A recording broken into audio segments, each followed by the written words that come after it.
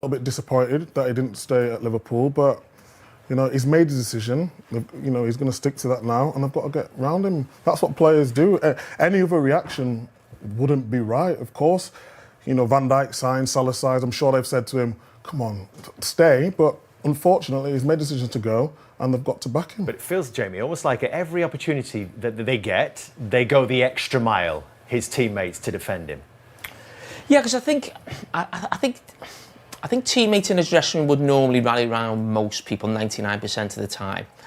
And supporters of any football club or Liverpool right now probably won't want to hear this, but most players probably in that Liverpool dressing room probably want to play for Real Madrid. You know, I've been in a dressing room where players left us to go to Barcelona or Real Madrid, so it's sometimes really hard for supporters to, you know, you almost feel like they fall for it every time in some ways, that you think, oh, this player absolutely loves us, and then they move on and go somewhere else. Players don't think like supporters. So as I said, a lot of those supporters, players in the dressing room will think, I'd love to play for Real Madrid. They would. You know, but Andy Robertson's not daft. He's going to come out, he's going to support Trent, and he's going to support the supporters. Arne Slot, I haven't seen the interview, he's going to do exactly the same. Should we do that? Should we have a look at that? Let's have a listen to what Arne Slot's got to say about that and more with Juliet Ferrington. What do you learn in your position with a team as you are champions in these remaining few fixtures that you have? Because you've spoken in the build-up to the games recently about changing things around, looking for things so you can already start the season next season. No, I don't think I've learned so much today, because I played most of them that I've always played throughout the season. Maybe Conor Bradley, although we played quite a lot, was a new face, but he's not new, but if you know what I mean. And he did really well. Last week I changed a few, so there were players that were not regular starters throughout the season. There you do learn a bit, but these players that have played throughout the whole season, I know a lot about them and I know how good they are. But I also liked to see the mentality they showed today, because after you won the league, it's always difficult to keep going. And 2 weeks after we won the league, they put in a performance like this. Is probably the reason why they won the league. You talked about Conor there. Before the game, you mentioned you were unsure what reaction Trent would get if you were going to make that change, which you did. What did you make of the reaction? No, in general in life, I think the good thing about living in Europe is that everybody can have his opinion, and that's the same here in Liverpool. So there were people who were not so happy with him. There were a lot of people that were happy with him. They clapped for him, a few of them booed. I think everybody's allowed to have his own opinion, and towards the end, more and more, I think people got more and more positive. But for me, it's simple. I owe it to the team and to the fans, to everyone, to play a team that can win a game of football. And Trent showed why I brought him in, because he had 2 or 3 incredible balls, and we were very close to winning it, partly because of him. So for me, it's not that difficult, and for the fans, it's they can have the reaction they want. But I will always back my players, the ones that I lead, the ones that wear a red shirt. I will always back them, no matter what.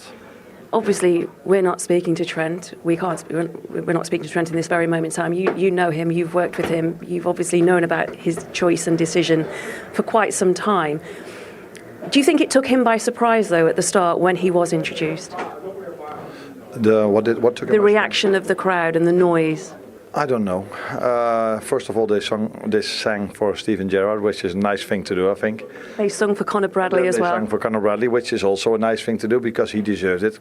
Conor played a very good game.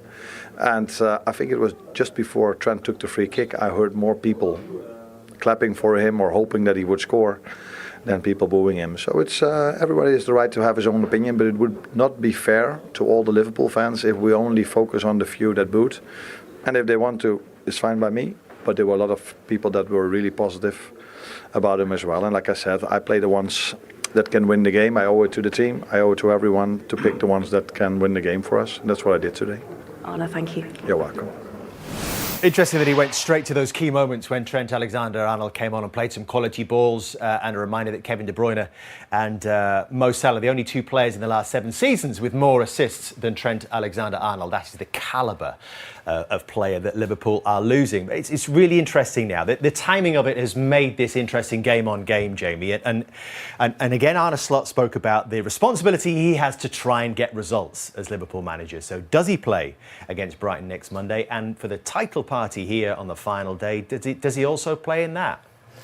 He doesn't have to get results right now. The title's won. What I would say is, I think a little bit like me, I think the manager would have been a little bit shocked by how vociferous it was. I think you can expect frustration, a little bit of disappointment. I think the best thing Liverpool supporters can do, if Trent Alexander-Arnold does play another game for Liverpool, because I still think that's up in the air, that might be his last performance. And that might actually be the right thing. Because Liverpool don't need a circus between now and the end of the season. You know, because this is the story of the game now. But if you're frustrated with Trent, sing Conor Bradley's name, sing Steven Gerrard's name, as was just mentioned in the interview. Don't boo a player, because it just leaves you open to criticism from everybody up and down the land about Liverpool supporters. When you're actually seeing the scenes here 2 weeks ago, you've probably never seen scenes anywhere in the country like that from when a team win the title. That's what Liverpool supporters, in my mind, are about. That wasn't representative of them, and I don't like to think of them as like that, but it was a fact. It happened tonight. So I think if Trent does continue to play, and that's also something the manager's got to think about, because he doesn't need this circus or this talk about Trent. He's moving on. He's left the football Does he not club. deserve that moment, though? Certainly on the last day here, to be part of that group that plays in the last game here, to get his hands on the trophy? Yes, of course he does, but he doesn't need to come on the pitch. Everyone will come on the pitch at the end of the game. He doesn't need to be brought on. You know, and I've said before, it's not about a send-off or nothing like that. I mean, he's choosing to leave. You know what I mean? I don't agree with that today. But I don't think there should be a thing where he's, you know, giving this big thing at the end of the season, or he's giving a microphone to give a big speech in front of the crowd. He's choosing to leave the football club, and that's why the frustration's there. That, for me, was a step too far. Single the players' names. Don't boo a player who's wearing the Liverpool shirt on the pitch. Can I just ask you, you're a local lad, what does it mean to play for Liverpool? Obviously, he's been there for, 20 years now, and it seems a little bit different with Liverpool. You know, the support you have, the trophies that you've won, but it's just become a story that's gone on and on and on. Is this because he is a local lad? That is it all for me about him being a local player. And what you've got to remember is Liverpool as a city sees themselves, and not just Liverpool football, Liverpool as the city is almost us against the world, or us against the rest of the country. And the Liverpool supporters think that playing for Liverpool, you're a local player like Trent is, like I was, you can't see yourself as bigger than the club, or you've almost got to not sacrifice yourself for the club. You're playing for Liverpool, it's a great honour, but you can never be seen to be almost bigger than the club or better than the club. And I always felt when I was playing, and I wanted to be a one-club man, I was determined to be that, but I always think, how do you leave Liverpool? So you can either leave by going to something better. Liverpool supporters are not going to be happy about that, because again, it's like, this is our utmost, this is our ultimate, nothing is better than Liverpool.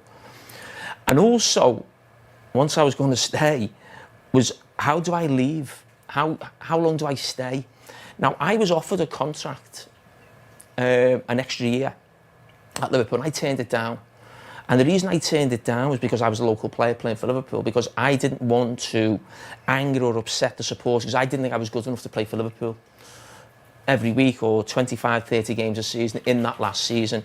And I just said, I've got to get out. I don't want Liverpool supporters going to the game and turning up and thinking Jamie Carragher's playing, and thinking, oh, I couldn't do that. Now, if I was playing for someone else, if I was playing for Aston Villa, if I was playing for Tottenham or Newcastle, another club in the Premier League, I'd have signed another year. Because I'd have done that for myself. I'd have been thinking about myself.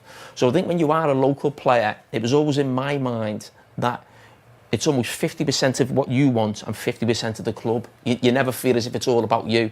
Now, the frustration with Trent is the fact that he's a local player and he's made a decision for himself, which is fine. That's what 90% of footballers do throughout their career. But when you're a local player at Liverpool, that is not going to go down well.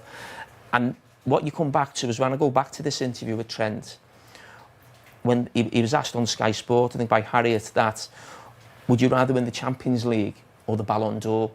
When he said the Ballon d'Or, that is, even if he thinks that is not the right answer, if you're a local player at Liverpool, it's like the club has to be. But it was a fascinating insight, wasn't it, into the way that his mind works. But I think that showed Liverpool supporters, this isn't a local player who thinks about the club more than himself. It's like he's a brand, he's a unique footballer, he's fantastic. The fact Real Madrid won him shows you they are the biggest club in the world. You know what I mean? He's an amazing footballer. But like you said, Jamie, a unique footballer. His talents are so different to most right-backs that we've seen here and across the Premier League. So Conor Bradley is now being considered, it seems, as the next step, the future for Liverpool. Did he advance his cause today? Now, I know this is not going to be a judgment made across 70 minutes or anything like that, but yeah, I think with Conor Bradley, he's a bit better defensively than Trent. He's not going to bring that offensive spark that Trent brought for so many seasons.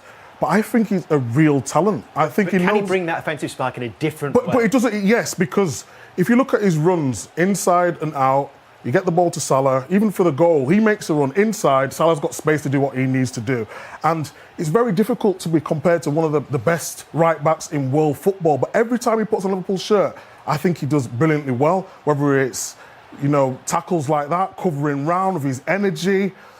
But I just believe, and I mentioned defensively, I think he can improve on this here. And his positioning here as a right back, and Trossard is right-footed. So when the ball goes out, he needs to engage and get there closer, then he can dictate to Trossard. But because he waits, it's too long. Now his body weight is going the other way, and that is too easy. So if you're not going to give what Trent's giving going forward, you've got to do this a little bit better. Because he's dynamic, he goes up and down. He made a tackle in the first 5 minutes of the game to get the Liverpool fans up. And he's got so much ability. The next step for him is being second choice to first choice. And that is a different pressure. When you're going for the league and going for the Champions League, you've got to put the performances in week in after week, and I think he can do it. So do you agree, Jamie? Do you think he's ready now to step into the first team on a regular basis and play 30 games in the Premier League, play in the Champions League and the Cups? Yeah, I think he is. I think you've got to give him his head. But we're a football club who give young players a chance. That's a part of the fabric of the club. That happened to Trent when he was a young player. And the fact that Trent's leaving the club, right now, he's the best fullback at the club. He is. In terms of what Liverpool have at left back, Andy Robertson being a great player. He's obviously not quite the same player right now. But yeah, he's the best fullback at the club. Sort of dynamism, is that if Trent is a different fullback, is that the modern fullback, Conor Bradley? He's probably, if you look at him, I think he's got almost emulate Andy Robertson on the other side from 4 or 5 years ago. I mean, I've said before, I've never seen a fullback like Trent before. That's why we talk about him so much. There's never been a fullback talked about as much as Trent Alexander-Arnold. And the reason being is because he's unique. We've never quite seen that type of fullback. I think Conor Bradley should actually be modelling his game more on Andy Robertson. That's up and down, getting crosses, getting assists, being aggressive defensively, and I think he's got that. And I think, listen, if you don't give him his head, he's going to leave himself at some stage. You've got to give him in there, give him that opportunity over the next 12 months, and we'll see in the next 12 months if he is good enough. The future's bright for Trent Alexander-Arnold, and it's bright. I'm just going to ask you about Trent in a moment, but I couldn't help but notice he came up to you at half-time. He was looking for you to come off the pitch, and your little buddy there, and I mean, he was laughing at you. Yeah, look, we've always had that. We've always been delighted for each other with assists and contributing. It's been a huge part of our game for the 8 years we've played together. And when he came up at half-time, I could see his big smile. And yeah, look, we've always had that kind of laugh and a joke with each other. And it was nice for him coming up to me for once. And here we go, a word on him. Obviously, he had his announcement to make this week that he would be leaving at the end of the season. We heard the reaction. It's very emotional, isn't it? Yeah, look, obviously there's a lot of emotion around it, and I think it's crucial in these moments that, I don't tell you how to feel and you don't tell me how to feel about it. So all I can tell you is how I feel about it. Now, first of all, I'm disappointed to lose my best mate, and in the game we've done it all together. He's an amazing player, an amazing person. And yeah, he's made me a better player, and that's from the bottom of my heart. He's took me to levels I never knew existed. He kept pushing me through the good years, and he's made a choice. So, I think his legacy at this club is there for everyone to see. The trophies he's won, the moments he's had in history will always be there. And it is, of course, it's an emotional decision. And Trent, it's not been an easy one. Of course it's not. But he's made the decision. And yeah, it's not nice to see your friend, you know, get booed, and it wasn't nice. But like I says, we can't tell people how to act. But I can tell you how I feel about it. I'm extremely proud of him, of what he's done from this club. You know, I love him as a friend, I love him as a player, and you know, he'll be missed. He'll be missed for me as one of my best friends in the game. So that's how I feel about it, and I'm not going to tell anyone else how to feel about it. Wise words. Great words. Yeah. Absolutely. Bob on. Absolutely spot on. Yeah, and Trent will have his way of thinking, and the fans will have their way of thinking, and the manager, and everyone will. And it's not, you know, right for anybody to say, well, this is exactly how you should be feeling. I get it. I mean, you know, I've been there where Trent has been, and as I explained before, I probably one of the few people that had that exact same decision to make, from the exact same club to the exact same club, at a similar age, etc. Having been there since, you know, you were a young boy. And, you know, my only take, well, I've got loads of different views on it, you know, but my take from today is for Trent and how he's feeling, because I felt that. Was you surprised that they came for you, Mike, like that? Did it surprise you that when you made the decision, did it surprise you? Yeah, a little bit surprising and certainly disappointing and certainly gut-wrenching. Because the problem is, I think once you make that decision to go, I think people automatically assume that you don't love them anymore, or you know you don't care anymore and things like that. It's so far from the truth. I mean, Trent Alexander-Arnold will absolutely bleed red. He loves that club, but you know you do own. And once you're a professional footballer, it's easy for fans to say, well, that badge, you know, and they love that badge and they will never change. And of course, nor would Trent if he wasn't a player. Nor would have I. Nor would Wright. We'd all support the same team for the rest of our lives. I get that. But it's our job. It's a footballer's job. And if you get to the opportunity to play in a different country, different style of play, you know, different weather, different food, different language, at the absolute elite club in the world, it's a very hard decision. When you're, of course you're at Liverpool, but it's a very hard decision. And you only get one shot at it. You only get, you know, 12 years, a tiny part of your life as a professional footballer. And I thought, I'm sure, and evidently Trent thinks, do you know what? I'll regret not seeing, I've seen one thing in my life, the same stadium, the same training ground, the same people, the same everything in my life. Do I want to retire and just, you know, see nothing else, not experienced a thing? You know, it's an incredible opportunity, and he will literally go, if he's like me, he will drive to the airport crying the whole way there. I remember you telling me that number. I cried the whole way there, and I was gutted I was leaving. It doesn't mean that you hate the team. It means that you just, I've just got to try something else. And sadly, there's no turning back. Once you do that, Trent will probably realise there probably will be no turning back. You will not come to Liverpool. In fact, by the time you finished at Madrid, you won't be the same player anymore. And Liverpool, you almost don't want Liverpool to see you're not as good as you were. That's how I felt. That's how I comforted myself afterwards, thinking, do you know what? You know, if I'd gone back when I was 28 or 30 or something, they wouldn't have seen the real Michael. When I was 18, 19, they wouldn't have seen me anyway. So I comfort myself thinking, well, at least my team and my heart got to see the best of me. And that's how I comfort myself to this day. But there'll be so many emotions going through his head now, and he'll be so upset. If he's anything like I was, his family will be consoling him, his friends, and it's just really, really sad. And I hated it, and I'm sure he is as well. So when he came on and when he got the first touch and when we heard what we heard, because as you say, he is one of them. His song is, he's the Scouser in the team. Would he have been anticipating this in any way, shape or form? I think so. I think he would have been dreading in a certain way, thinking that this could happen. He's not stupid. He sees the news. He reads social media probably.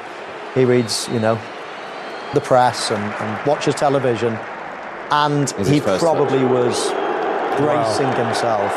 That's his first touch. Yeah, well, you can see the real proper Liverpool fans who love him tried to drown them out. But I think what we saw with him was a little bit of his quality, where there's some of his balls, he just looked like, in his mind there, when you look at his face here, I think somebody comes over, tries to put his arm up. I saw it before, I think it was Diaz, and he pulled his arm away, because I think that he's gone into, right, if that's how you feel, I'm out. He looks like that, his face is that, I'm out. I've tried to celebrate when he scored that goal the other week, and tried to show them how much he loved them, but they showed exactly what they think of him right now. And I think he's just absolutely devastated. Do you Pointed think out it's his the last we family see of there. him at Anfield? Do you think I don't know. Do you think he'll come on in the Palace game after what? He'll probably want to. He'll probably feel as if he needs to, but possibly the manager shouldn't allow him to. I don't know. It's a good question. I think they've got to sit down and have a good think about that. You don't want to drag him through booze for a game and things like that. You saw him pointing to his family there. He'll be closer to them than ever now, thinking, I need you right now. They'll be upset. He'll be upset. He's got to be careful as well that he's got to just remember all the good times and that 95% of Liverpool fans still do love him. They're just upset that what's happening, it's still raw, etc. And he's just got to try to get that out of his mind. In fact, it's virtually impossible. I didn't do it great. I still don't do it great. But he's got to try to just think, do you know what? They did love me deep down. They do love me. It's just a way of showing their frustration, or however he computes it. I don't know how you can compute it because I'm useless at it to this day. You know, I put up so many barriers now, whether I go to the stadium, when I'm reading social media, whatever I'm doing, I've got so many coping mechanisms now. When you love something and they don't love you back, or you feel as if they don't love you back, and then you go through all the things you did for that team and the blood, sweat and tears and the things you won and the people you made happy, and then you think, and you don't love me. It's heartbreaking, and it really is. And I just hope that he can find a coping mechanism after this, especially if he gets booed in the next couple of games as well, and he would have read all the nasty comments. I just hope, you know, because at the moment he's probably thinking, do you know what, done with you. I'm going to Madrid, and I've got to clear you out my mind because I don't want that negative energy.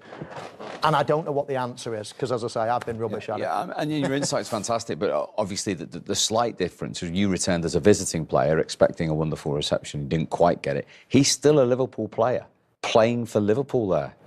Yeah, but like I say... Right, so you've got experience of it. I mean, you left the club that you did great for, With Crystal Palace right at the end. And you know, I was saying to you, no matter how much you tried to tell the story about what they'd done and how the move came about and how I never ever initiated a move or tried to instigate a move. It literally happened over a weekend. By the time Monday came, I was an Arsenal player. And when I went home that night, it was daubed on my mum's wall, Judas, stuff like that. Then the Palace fans, when I went, they were singing terrible songs, and I'm thinking, where has this come from? I got to Palace in '85, and we only got better every year to the fight. We went to the FA Cup final, didn't quite work out for us. We finished third in the league. You know, everything was, and I was surprised when I went back there that they booed me like they did. Now their problem as well is because they know I've got a massive affinity with Arsenal, and that came from David Rocastle. Now David Rocastle supported Palace when we was all younger on the estate, and that. I supported Arsenal because David was there as a youngster, and the whole estate supported Arsenal. So that's where that came from. But they seem to think just because I went to Arsenal and I said I wanted to leave to go and win things, I did go and win things, and I just think that they couldn't accept that. They can't accept it. They want to dislike you because they're capable of being able to dislike you. But I'm happy. Recruitment, because if they don't get it right, do you worry in any way, shape or form for Mikel Arteta for the start next season? I don't worry for him because I know how much the owners think of him. I know how hard he's working to get this right. Obviously, you know, a forward, Steve, is something that, you know, I'm hearing now 7 years. We've missed out on maybe 5 windows. I don't know what it is. But we've still not got a forward. And I think that when you look at certain games, a forward would probably help us to get it over the line. So that is something that I believe in this next window needs to happen. You know, people are talking about Zubimendi maybe done. What you need to do is we need to make sure that we bring in the kind of players that take this group to that next level of trying to get something. And I think a goal scorer or a goal-scoring player up front, in the front line, is somebody that's going to help us to do that, because I feel that, you know, it's so frustrating this season, getting to as far as we did, with the injuries, with everything that's happened, and just falling short. But you say falling short, we're 15 points behind. And he's right, it's not acceptable for us. But at the same time, he's still very proud of the fact that the players still had a go up to this point with all the players and everything that's gone on who we're missing at the moment. Yeah, and you two goal scorers, you know why you're the highest paid players in the dressing room and why you're the most sought after. Just to put this into context, Aubameyang was the last striker to get 20 goals for Arsenal.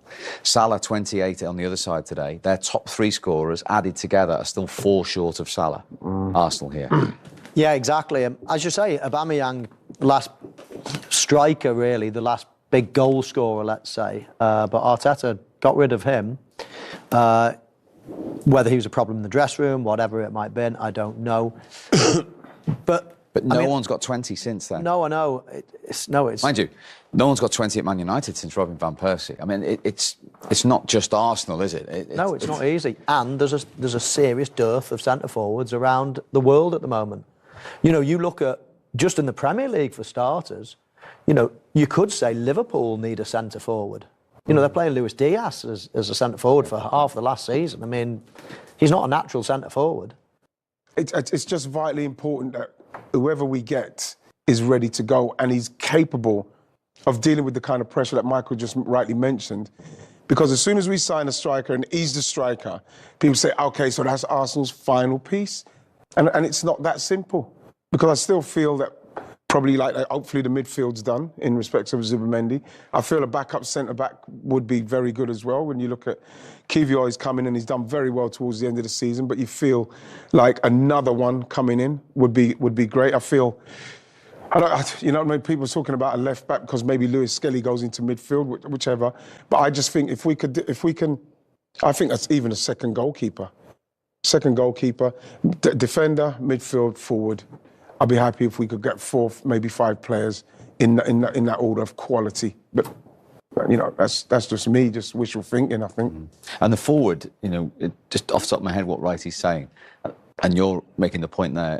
Everyone thinks that's completed the jigsaw. I mean, players like Romelu Lukaku, when he went to United and Chelsea, everyone thought that, didn't they? Yeah. £85 million, proven in the Premier League, just scored 20 league goals for Everton. That's it, done. And for whatever reason, at 2 clubs, it wasn't the answer. It's such a hard find. And the price tag's going up now, so 85 million is the figure you've just mentioned. Well, the previous strike. Yeah, but the equivalent now of a Lukaku that's pretty much guaranteed to score those, it would be nearly double that. I mean, we mentioned Isak. I don't think he will move, but I mean, if you are getting someone like that, you're talking 150 plus nowadays for the real proven. You know, Darwin Núñez had never played in the Premier League before, and he was 85 or something. So that's still unproven at 85. I mean, if somebody comes available that is that elite, Arsenal are just going to have to put all their eggs in that basket and get it, because that is a position that, you know, it's just the most important position. I know listen, if you're going to win the league, every position is important. People will say, oh, you can't win a league without a good keeper or a good centre-half or a good number 6, etc. But really, a centre-forward can get you out of all kinds of problems. And is that why they're 15? One of the main reasons why they're 15 points behind Liverpool? Absolutely, yeah. I mean, you just said the stat. There's hardly any. Their top 3 goal scorers are still 4 behind Salah. It's combined. Incredible. I mean, imagine Arne Slot when he wakes up and he's just picking the team. Well, he goes in because he's virtually guaranteed a goal every game. I mean, you're hoping, when you pick the Arsenal team, you're thinking, where are the goals coming here? And it might not just be an attacker. Arsenal might need goals from other areas, because if there's 3 players that still can't score as much as Salah in their best 3, or their highest scoring 3, then they might need another attacking wide player, or someone that can score plenty of goals, or an attacking midfielder. So, Steve, I was just thinking about Darwin Núñez. He was just burning. What, whether you want to sign him or not? No, it's just like. I'm sure you could have him. No, it's just Michael will give you him. I was just thinking about how you bring a player in like that, and if he hits off, brilliant. You know, you think to yourself, well, that's the gauge. That's what you have to pay for a player like that who's come from where he's come from. But now, how does it go? How does somebody say, well, you're going to pay less than 85 when Liverpool paid 85 for Darwin Núñez? It's not worked, but that seems to be a ceiling in respects of what you have to pay for a striker nowadays without them even being proven. It's crazy what's happened. I can't believe it. I don't know. I look at it now and think to myself, Newcastle can ask for anything for Isak. What he's proven, what he's capable of doing. And this is what's happened with a Núñez that doesn't do well, or a Højlund that doesn't do well. Anybody comes in and does that, you think to yourself, well, my player's twice as good as him, and he's gone for 85 million. So this is where you think to yourself, what's it going to cost teams to get that striker that comes in and can deliver. What's it going to cost? Kai Havertz has been out for 3 months and he is still Arsenal's top scorer. That says everything, I think. Okay. That